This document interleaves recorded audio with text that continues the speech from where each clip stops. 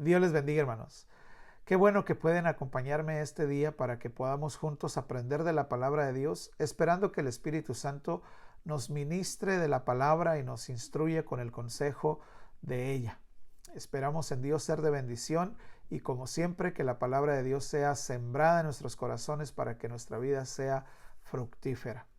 Hermanos, les rogamos que al final del video pongan atención porque tenemos un par de anuncios para ustedes con respecto a cuándo vamos a regresar al edificio a congregarnos. Así es de que les ruego que ponga atención hasta el final de la oración después de la predicación.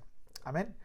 Pues hoy vamos a regresar a estudiar lo que hemos estado estudiando los días domingos, la temática lo esencial. Decíamos que esta palabra esencial se está poniendo de moda por la situación de crisis, por la situación de pandemia que estamos viviendo, y hablamos sobre cosas esenciales, trabajos esenciales, artículos de limpieza esenciales, personas esenciales, y esta palabra pues se ha puesto bastante de moda en estos días, y hacíamos la pregunta si alguna vez nos habíamos cuestionado nosotros mismos qué era esencial en la vida del cristiano.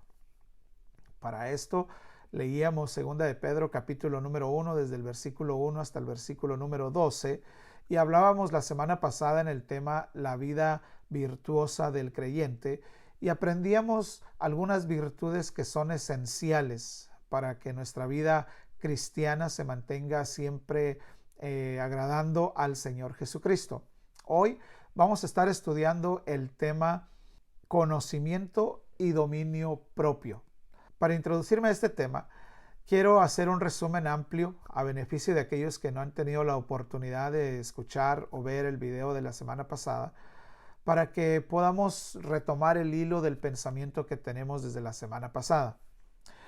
En los versículos que leímos en 2 de Pedro, que ya mencionamos, el apóstol Pedro nos da una lista de 7 virtudes. En palabras del apóstol Pedro, estas virtudes nos ayudan a que no estemos ociosos y sin fruto, y que además, si las seguimos practicando, no caeremos jamás. De aquí es que nosotros aprendimos que la vida virtuosa del creyente tiene 3 virtudes, 3 características. La primera es una vida dinámica. Es decir, el apóstol Pedro dice, no nos permitirán estar ociosos, estar siempre sin crecimiento, sin desarrollo, estar estancados.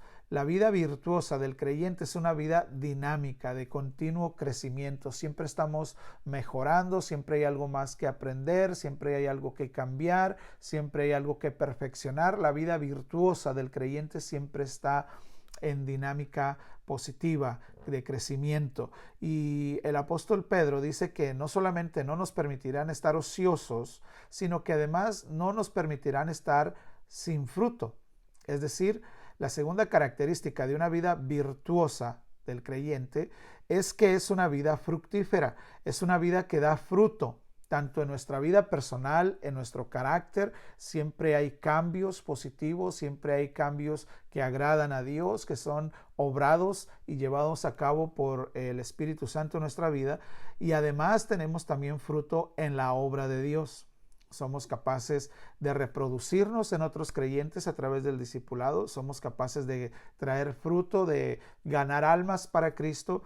Y además somos capaces de servir al Señor. Es decir, una vida fructífera tanto en lo personal como en lo ministerial.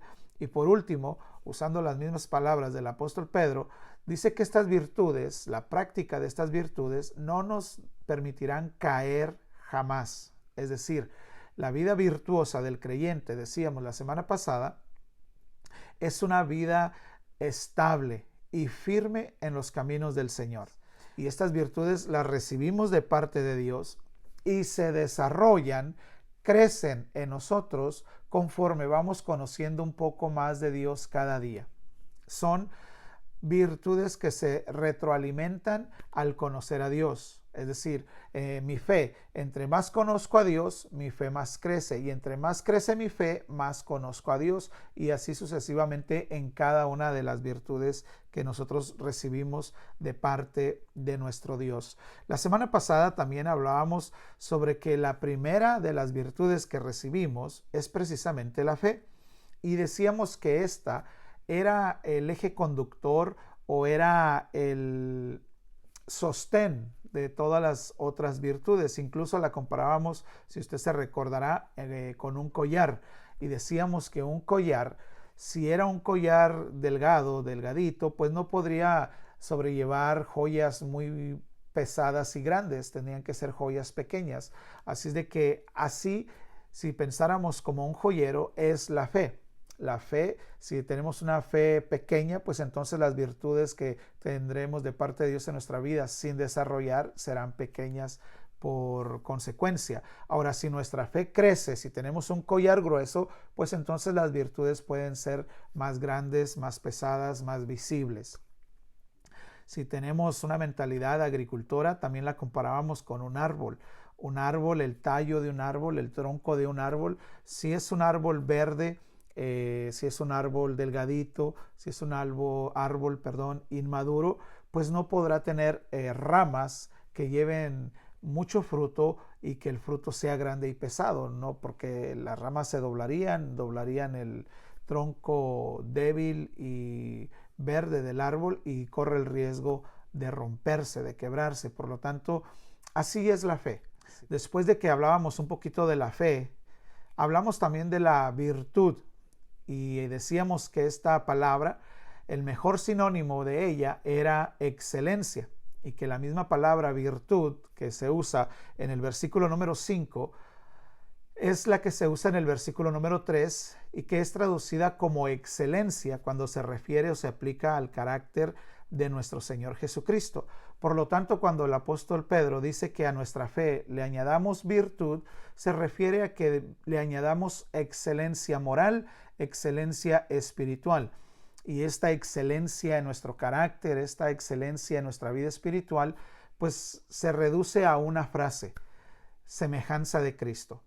Entre más nosotros nos asemejemos o seamos semejantes a nuestro Señor Jesucristo, más o mejor será nuestra excelencia moral y nuestra excelencia espiritual.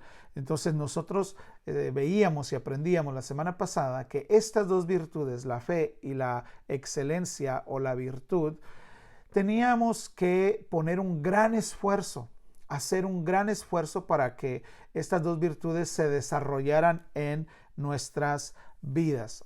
El día de hoy vamos a estudiar las siguientes dos virtudes en la lista de 7 que nos da el apóstol Pedro en el capítulo número 1 de su segunda carta. Estas dos virtudes que estudiaremos también son esenciales, son parte de las virtudes esenciales que nos ayudarán a vivir una vida virtuosa que siempre alcance el agrado de nuestro Dios. Y estas dos virtudes, que en realidad son la tercera y la cuarta, nos ayudarán a que nuestra vida alcance esas tres características de la vida virtuosa: nuestra vida espiritual que sea dinámica, nuestra vida espiritual que sea fructífera y nuestra vida espiritual que sea firme y estable en el Señor Jesucristo. Bien, esto es lo que estudiamos, aprendimos y predicamos la semana pasada. El día de hoy vamos a comenzar estudiando la virtud del conocimiento. En los tiempos del apóstol Pedro circulaba una doctrina que enseñaba que la clave de la salvación era el conocimiento. Esta doctrina fue conocida como los gnósticos. Esta era una secta que enseñaba herejías, era una secta que enseñaba que nosotros, como los seres humanos que somos, tenemos dentro de nosotros una chispa divina, y que conforme esa chispa divina fuera creciendo por medio de la información, por medio del conocimiento que añadiéramos a nuestra vida, esa chispa divina iba a crecer hasta que alcanzábamos la perfección, y no importara lo que hiciéramos, podíamos emborracharnos, adulterar, pecar, robar, matar, con que nuestra chispa espiritual siguiera creciendo a través del conocimiento, seríamos salvos. Esta doctrina, por supuesto, es una total herejía. Sin embargo, es lo que se predicaba en los tiempos del apóstol Pedro y del apóstol Pablo, en el tiempo de la iglesia primitiva. Incluso muchas de las epístolas del Nuevo Testamento tienen como propósito enseñar y preparar a los creyentes de aquel entonces para que no fueran engañados por esta doctrina. Esta doctrina se ha ramificado, ha crecido y se ha desarrollado a través de la historia de la humanidad y existe aún en nuestros días, solo que ahora no existe como los gnósticos, sino que ahora existe con otros nombres como la ciencia cristiana, la nueva era y bueno, algunas otras doctrinas herejes que existen en nuestros días. Sin embargo,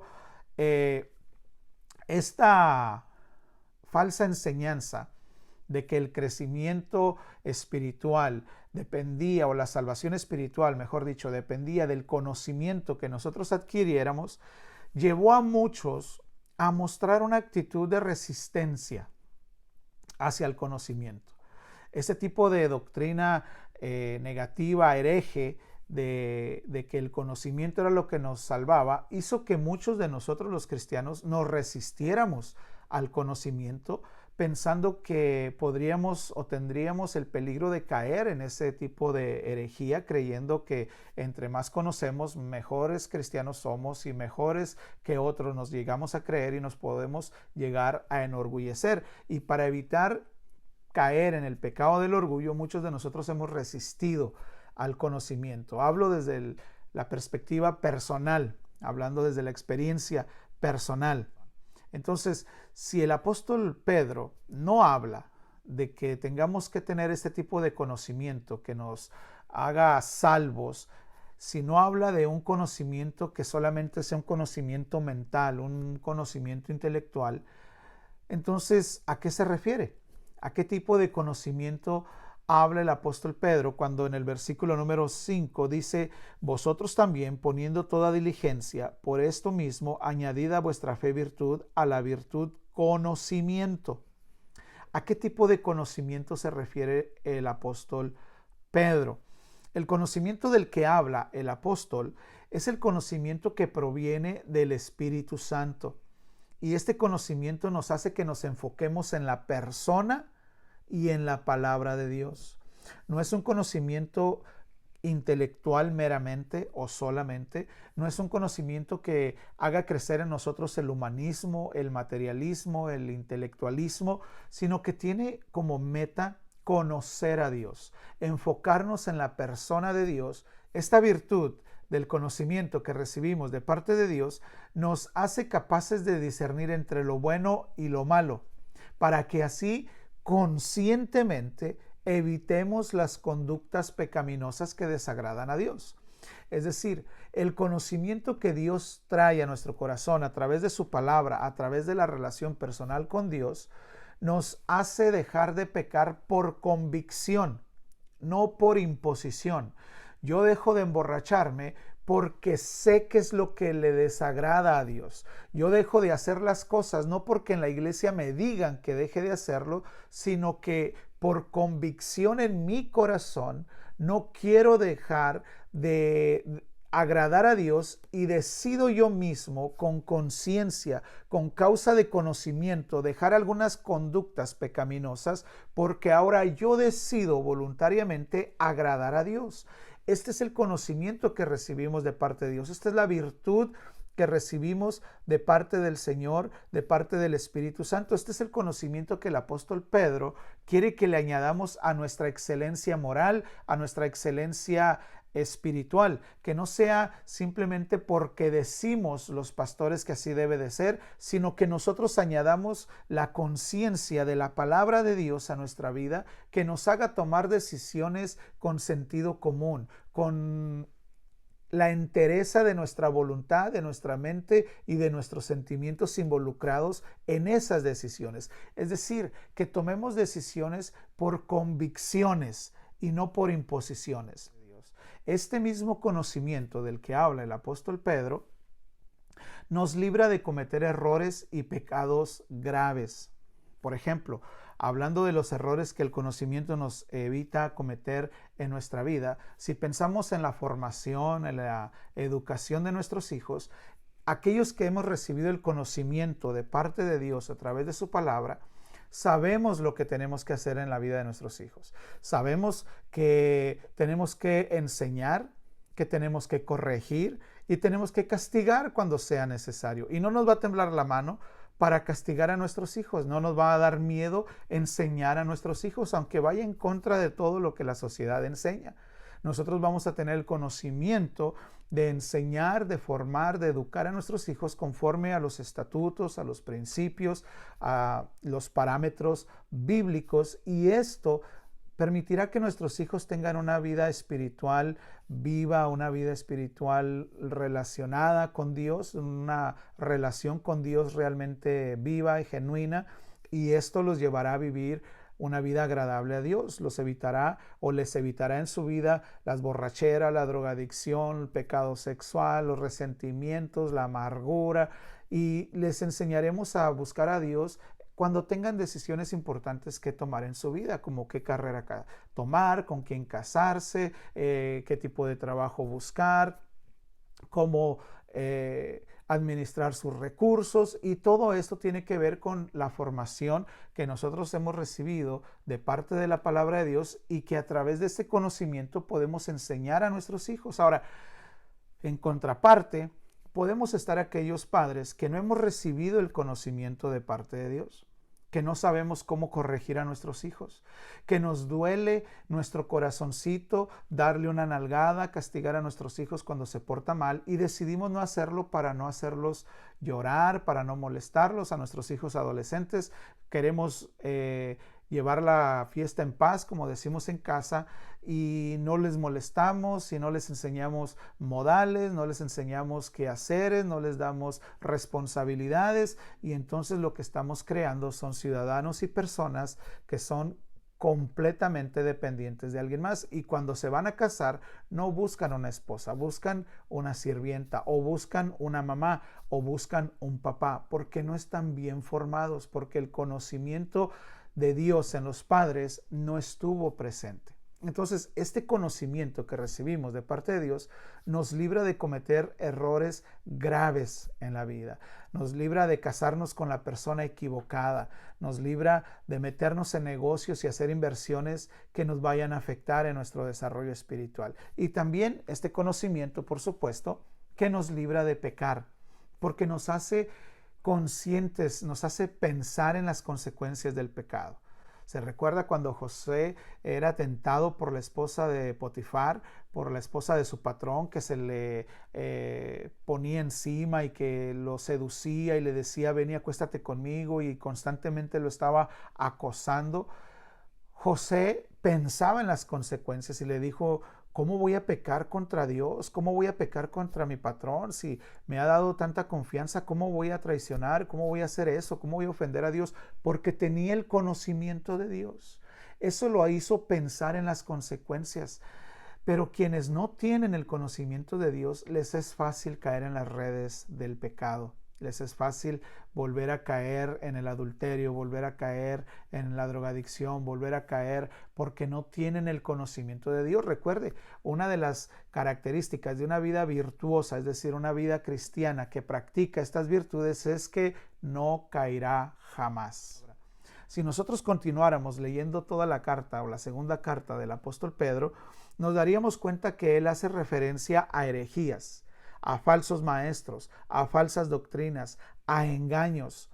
Entonces, este conocimiento precisamente nos mantiene alertas y libres de estas cosas. ¿Acaso no usted ha visto cómo hay evangelistas y pastores y profetas y de todo en las redes sociales, y hacen unas cosas con el pueblo de Dios que da hasta coraje ver cómo se blasfema el nombre de nuestro Señor y cómo se burlan del evangelio y cómo la gente celebra, perdóneme que lo diga de esta forma, cómo la gente celebra esas payasadas? Porque no hay conocimiento. Han caído en el error, han sido arrastrados por las falsas enseñanzas por falta de conocimiento. Por falta de conocimiento puede llegar a perecer el pueblo de Dios. Para cerrar la carta, el apóstol Pedro en los versículos 17 al 19 dice: así que ustedes, oh amados hermanos, sabiéndolo de antemano, guárdense, no sea que sean arrastrados por el error de los inicuos, que caigan de su firmeza. Recuerde que una de las características de la vida virtuosa es firmeza, que no caigamos nunca. Por eso el apóstol Pedro aquí nos dice: guárdense, no sea que sean arrastrados y que caigan de su firmeza. Versículo 18: antes bien, creced en la gracia y el conocimiento de nuestro Señor Jesucristo. A Él sea la gloria ahora y hasta la eternidad. Amén. Entonces, el conocimiento que viene de parte de Dios nos libra de las herejías, nos libra del engaño, nos libra de la falsa enseñanza, nos libra de los falsos maestros, nos libra de cometer errores graves en la vida, nos libra del pecado, nos enfoca en la persona y en la palabra de Dios. El conocimiento que recibimos de parte de Dios, la virtud que hemos recibido a través del conocimiento, es la que nos va a revelar aún más de parte de Dios. Por lo tanto, nosotros debemos esforzarnos, para añadir a nuestra vida el conocimiento. La segunda virtud de la que vamos a hablar el día de hoy es la virtud del dominio propio. En realidad, esta es la cuarta virtud en la lista de 7 que da el apóstol Pedro. Recuerdo que uno de mis argumentos para presentar resistencia al conocimiento en la vida del creyente era pensar que la Biblia dice que el amor edifica, pero el conocimiento envanece. Y es verdad, el conocimiento te puede llegar a envanecer si no tienes dominio propio. El dominio propio es lo que nos impide que nos enorgullezcamos o que nos envanezcamos. Es verdad que ha habido mucha gente, muchos creyentes, que cuando empiezan a aprender de la palabra de Dios, cuando empiezan a añadir conocimiento intelectual a su mente, a su corazón, se enorgullecen y nos ven por encima del hombro y creen que son superiores a los demás. Es verdad, ha habido muchos que han cometido este error, pero no han tenido la virtud del dominio propio. El dominio propio es lo que nos impide caer en este tipo de errores. El apóstol Pedro dice que a nuestro conocimiento debemos añadirle dominio propio. Y esta palabra que usa aquí el apóstol Pedro para referirse al dominio propio es la misma palabra que aparece en Gálatas capítulo 5 versículos 22 y 23. Cuando el apóstol Pablo está hablando del fruto del Espíritu Santo.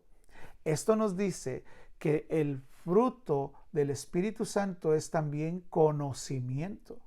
Entonces, esta palabra aquí en 2 de Pedro es traducida como dominio propio, pero en Gálatas es traducida como templanza. Esta palabra tiene que ver con el control que una persona, que un creyente tiene sobre los apetitos de su vida en todas las áreas de la misma. Es el control, es el autocontrol que una persona tiene sobre todos los apetitos de su vida. Una persona que no tiene autocontrol no se puede medir en sus apetitos. Si tiene ganas de ver televisión, ve televisión por horas. Si tiene ganas de comer, come hasta que se termina lo que hay de comer. Si tiene ganas de gastar, gasta absolutamente todo lo que tiene y aún lo que no tiene. No tiene la virtud del dominio propio y esto hace que su vida sea controlada por sus apetitos.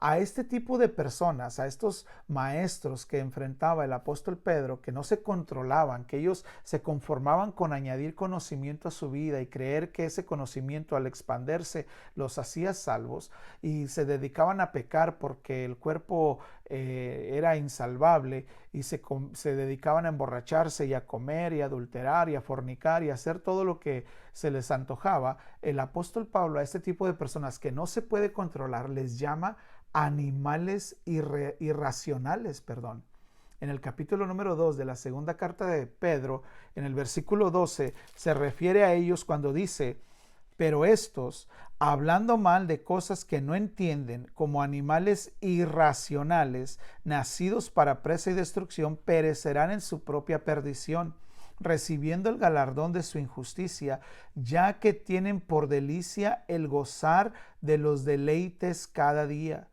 Estos son inmundicias y manchas, quienes aun mientras comen con vosotros se recrean en sus errores. Tienen los ojos llenos de adulterio, no se sacian de pecar, seducen a las almas inconstantes y tienen el corazón habituado a todo lo que codician y son hijos de maldición. Mire la forma en que el apóstol Pedro se refiere a estas personas que no tienen control de sí mismos. El proverbista se refiere a este tipo de personas como que son una ciudad destruida, sin protección, sin forma y que está completamente subyugada por haber sido derribada por un gobierno que les conquistó. En Proverbios capítulo 25, versículo 28, dice: como ciudad derribada y sin muro es el hombre cuyo espíritu no tiene rienda. Aquí el proverbista se está refiriendo a una ciudad que ha sido conquistada, que ha sido destruida por un ejército que entró con fuerza y destruyó a sus habitantes, la prendió a fuego y destruyó sus casas, sus ciudades, destruyó sus cultivos, y esa ciudad ya no tiene muro, ya no tiene pared, ya no tiene seguridad. Así es la vida de aquel que no tiene dominio propio. Así es la vida de aquel que no se puede controlar en sus apetitos. En los tiempos de los apóstoles, esta palabra que significa dominio propio y se puede traducir como templanza, se usaba en el mundo de los deportes. Por eso el apóstol Pablo en 1 Corintios capítulo 9, versículo 25, dice que los que luchan de todo se abstiene. Ellos ciertamente para ganar una corona corruptible, pero nosotros una incorruptible. Entonces, esta palabra se refiere a cuando los deportistas se abstenían de muchas cosas. Incluso el lexicólogo, un lexicólogo es el que estudia el significado, el origen de las palabras. Y alguien que se dedica a la ciencia, porque es considerada una ciencia, del estudio de las palabras, dice que esta palabra que nosotros hemos ahora aprendido, que significa dominio propio y templanza, se usaba en aquel entonces para referirse a que los deportistas deberían de evitar toda comida chatarra, todo el vino y toda la actividad sexual para presentarse a una competencia en óptimas condiciones y tener posibilidades de ganar. Ahora, ellos se están esforzando por ganar una carrera corruptible, una corona corruptible. Ganan una carrera, les daban su corona de campeones, ganaban una pelea, les daban su corona de campeones, pero esa corona llegaban y la ponían en la casa y se echaba a perder porque estaba hecha de hojas de olivo natural, así es de que si les duraba 1 o 2 semanas posiblemente era mucho. Nosotros estamos esforzándonos por añadir a nuestra vida el dominio propio porque estamos luchando por una corona incorruptible, una corona que Dios nos va a dar en los cielos. Si ellos se esfuerzan por ganar una corona que les va a durar unas 2 semanas, ¿cuánto debiéramos nosotros esforzarnos para controlar nuestros apetitos, para negarnos a nosotros mismos, para lograr ganar una corona que va a durar por toda la eternidad? Realmente por eso es que el apóstol Pedro nos recomienda que nos esforcemos y hagamos un esfuerzo generoso para añadir a nuestra vida esta virtud del dominio propio. El creyente en Cristo Jesús debe practicar el dominio propio. Por supuesto que debe practicar el dominio propio en su vida. Si quiere realmente tener posibilidades de vivir una vida victoriosa. El dominio propio, si pudiéramos usar una analogía, un ejemplo, una parábola, diríamos que es como un policía. Un policía es el representante de la ley. pero él mismo está sujeto a la ley. Es decir, un policía no es la ley, es simplemente el representante de la ley, y este representante tiene como propósito, tiene como vocación cuidar y proteger a los ciudadanos. Entonces, el dominio propio en nuestra vida tiene la misma función. Es como el policía que nos está guardando, que nos está cuidando, que no nos hagamos daño, que no caminemos hacia la destrucción. Entonces, mencionemos ahora algunos de los efectos del dominio propio, algunas de las manifestaciones, cómo se ve el dominio propio en la vida del creyente, cómo sabemos si estamos practicando el dominio propio, cómo sabemos si tenemos la virtud del dominio propio. Bueno, primero podemos decir que los efectos de la vida en una persona cristiana, por supuesto, que vive, que practica, que tiene la virtud del dominio propio, es que tiene y alcanza el éxito en su vida personal. Proverbios capítulo número 16, versículo 32, dice: mejor es el que tarda en airarse que el fuerte, y el que se enseñorea de su espíritu que el que toma una ciudad. Muchos alcanzan el éxito laboral, el éxito profesional, y muchos alcanzan el éxito ministerial. Llegan a ser grandes pastores, grandes profetas, grandes apóstoles, grandes evangelistas, pero por falta de dominio propio fracasan en su vida personal. Por eso es que hemos visto escándalos en medio de la iglesia de que dicho pastor y que aquel profeta y aquel termina divorciado y cayó en adulterio porque no tuvieron dominio propio. Por eso dice el proverbio, es mejor alguien que puede gobernar su espíritu que el que gobierna o puede conquistar una ciudad. Por eso es mejor que nosotros aprendamos a controlarnos nosotros mismos antes de llegar a alcanzar el éxito en todas las áreas. Entonces, el dominio propio nos ayuda a alcanzar el éxito en nuestra vida personal. Nuestro dominio propio es lo que nos va a evitar golpear a nuestra mujer, a evitar que gritemos en casa, a evitar que abusemos de nuestros hijos, que les hagamos víctima del abuso verbal, del abuso emocional y de todos los abusos que los niños pueden ser sujetos. El dominio propio nos va a evitar que robemos, el dominio propio nos va a evitar meternos en muchos problemas y lograremos tener éxito en nuestra vida personal y en nuestras relaciones personales, y después, como consecuencia, alcanzaremos el éxito en las otras áreas de la vida, en el trabajo, en el ministerio y en otras cosas. Pero ¿de qué nos sirve alcanzar el éxito visible si no alcanzamos el éxito invisible? El dominio propio, pues, nos sirve como policía, nos sirve para asegurarnos alcanzar el éxito en nuestra vida personal. El dominio propio es el que nos ayuda a no responder con mal cuando somos afectados por las acciones de los demás. Primera de Pedro 3, 9 al 11 dice: no devolviendo mal por mal, ni maldición por maldición, sino por el contrario, bendiciendo, sabiendo que fuimos llamados para que heredemos bendición, porque el que quiera amar la vida y ver buenos días, refrene su lengua del mal y sus labios no hablen engaño, y apártese del mal y haga el bien, busque la paz y sígala.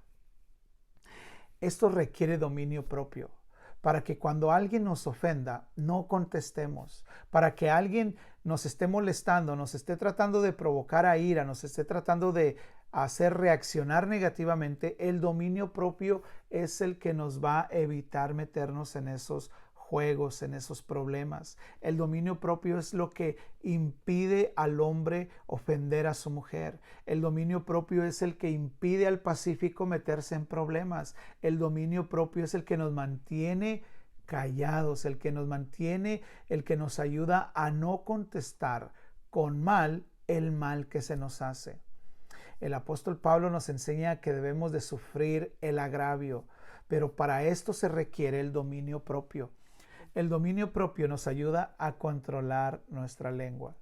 Santiago capítulo número 3, versículo 7 dice que el que no ofende de lengua es perfecto, que nosotros no podemos ofender a los hombres, maldecir a los hombres y bendecir a Dios, que esto no está bien. Si nosotros tuviéramos dominio propio, si tuviéramos templanza, si pudiéramos controlar nuestras emociones, ¿cuántos problemas hubiésemos evitado de nuestro matrimonio? ¿Cuántos problemas hubieran evitado los hijos con sus padres? ¿Cuántos problemas nos habríamos evitado en nuestros trabajos, con nuestros clientes, en nuestra oficina, con nuestro patrón, en el campo, en la pizca de la fresa? ¿Cuántos problemas hubiéramos evitado si hubiéramos tenido dominio propio y hubiéramos controlado las ganas de maldecir, de contestar, de mentir, de regañar, de gritar? El dominio propio nos ayuda a controlar nuestra lengua. Entonces, nosotros como cristianos debemos tener dominio propio. Mira, el dominio propio es lo que te va a ayudar a tener disciplina. Hay personas que se sientan a la televisión y no tienen dominio propio.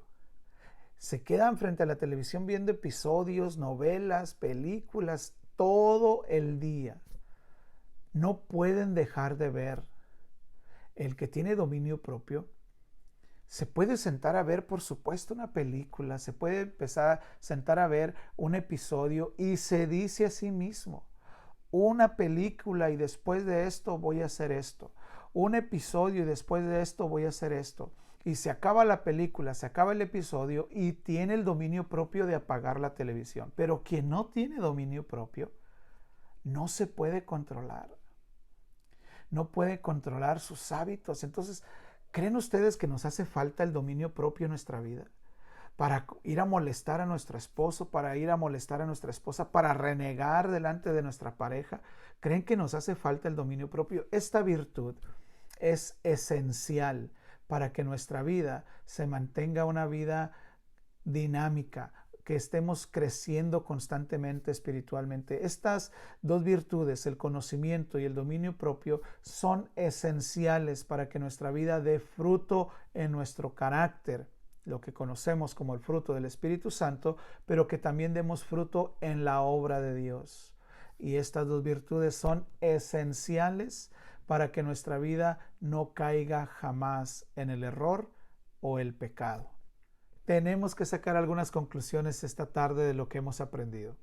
Hoy podemos concluir que las virtudes de las que habla el apóstol Pedro son virtudes esenciales si queremos vivir una vida virtuosa delante de Dios. El conocimiento, podemos concluir en esta tarde, nos habilitará para poder estar firme en contra de las doctrinas engañosas y dañinas. Además, nos llevará a vivir una vida enfocada en la persona y en la palabra de Dios. El dominio propio es la virtud que nos llevará a tener una correcta y sana relación con los demás y a mantenernos sin excesos en nuestras vidas. El dominio propio nos librará de la indisciplina y de los errores en la vida. Oro en el nombre de mi Señor Jesucristo para que nos ayudes a todos, Señor, a que desarrollemos en nuestra vida la virtud del conocimiento. Que haya en nosotros, Señor, hambre y sed de tu palabra, hambre y sed de tu justicia. Oro para que, sin importar el tiempo que tengamos de conocer el Evangelio, Señor, haya en nosotros el deseo continuo de conocerte, de aprender de tu palabra. Que no rechacemos el conocimiento de tu palabra, Señor, porque nos guiará a conocerte más y más profundamente. Oro, mi Dios, en el nombre de Jesús, para que a cada uno de mis hermanos nos des la oportunidad, Señor, de que la virtud del dominio propio crezca. Permítenos, Señor, controlar todos nuestros apetitos. Hay cosas, Señor, que no son lícitas, pero entendemos que no todo nos conviene. Y esas cosas queremos tenerlas bajo nuestro control y al mismo tiempo llevarlas, Señor, al control y al dominio de tu Espíritu Santo. Ayúdanos, Señor, en el nombre de Jesús, a practicar y a crecer y a fortalecernos en la templanza de nuestro carácter, en la templanza en nuestras reacciones, a tener dominio propio, mi Dios, ante todas las situaciones de la vida. Ayúdanos, Señor, en el nombre de Jesús, a que estas dos virtudes nos lleven a conocerte a ti más profundamente y a tener relaciones sanas con nuestros semejantes.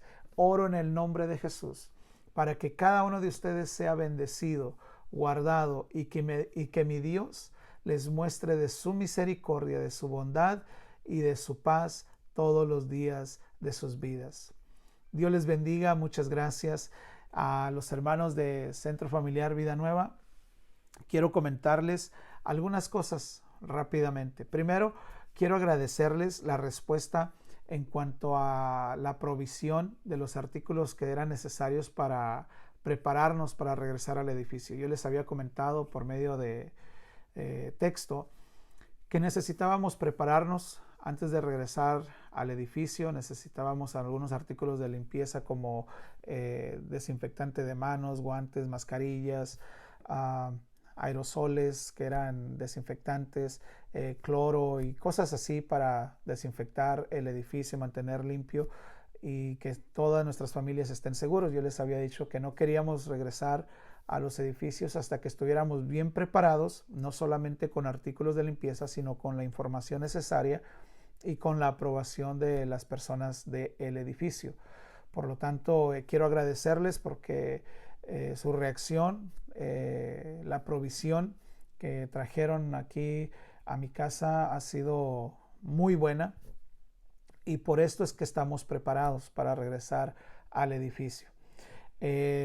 Dicho lo anterior, quiero dejarles saber que estamos planeando regresar al edificio este próximo domingo 14 de junio. Aún necesito la confirmación, de las personas encargadas del edificio. Así es de que está todavía pendiente la confirmación. Sin embargo, quiero dejarles saber que esto de regresar al edificio ha sido una decisión muy meditada, a base de oración, a base de preparación, a base de conciencia, hemos sido muy prudentes, no hemos querido regresar sin estar preparados y poner a sus familias en peligro o en la exposición de esta pandemia. Así es de que antes de regresar hemos estado orando al respecto, nos hemos estado preparando y creemos que estamos listos para regresar. Por lo que esperamos en Dios, si todo sale bien, este próximo domingo ya estaremos en el edificio y por supuesto que habrá algunas indicaciones que vamos a tener que seguir, cómo nos vamos a sentar, dónde nos vamos a sentar, con quién nos vamos a sentar y cositas, detalles que podremos estar dejándoles saber a través de los medios de comunicación que hemos establecido para estar en contacto unos con otros. Así es de que estamos contentos, emocionados para que posiblemente este próximo domingo nos veamos. No estamos completamente al 100% seguros. De nuestra parte estamos listos, ya estamos listos no solamente con los artículos de limpieza, estamos listos con toda la información que necesitamos, con el plan de llegar, estar y salir y estamos listos para nosotros regresar. Por supuesto que como no somos propietarios del edificio donde nos congregamos, pues necesitamos la aprobación de las personas encargadas del mismo. Así es de que es lo único que nos está deteniendo. Hemos orado, le repito, y creemos de parte de Dios que es tiempo y es posible que nos podamos juntar, a menos de que Dios nos cierre la puerta por medio de los encargados del edificio. Hemos orado que cuando Dios estuviera o quisiera que regresáramos al edificio, nos proveyera lo necesario, ya lo hizo. Hemos orado que cuando Dios considerara oportuno que regresáramos al edificio, nos permitiera estar preparados, ya lo hizo. Hemos orado también que cuando Dios considere que sea tiempo para regresar al edificio, nos dé gracia y permiso a través de los dueños del edificio, y eso estamos esperando. Así es de que cuando todo esto sea unánime, sabremos que Dios está en el asunto y tendremos luz verde para regresar. Amén. Entonces, estemos al pendiente, mis hermanos. Primeramente, Dios, yo tengo muchas ganas de verles.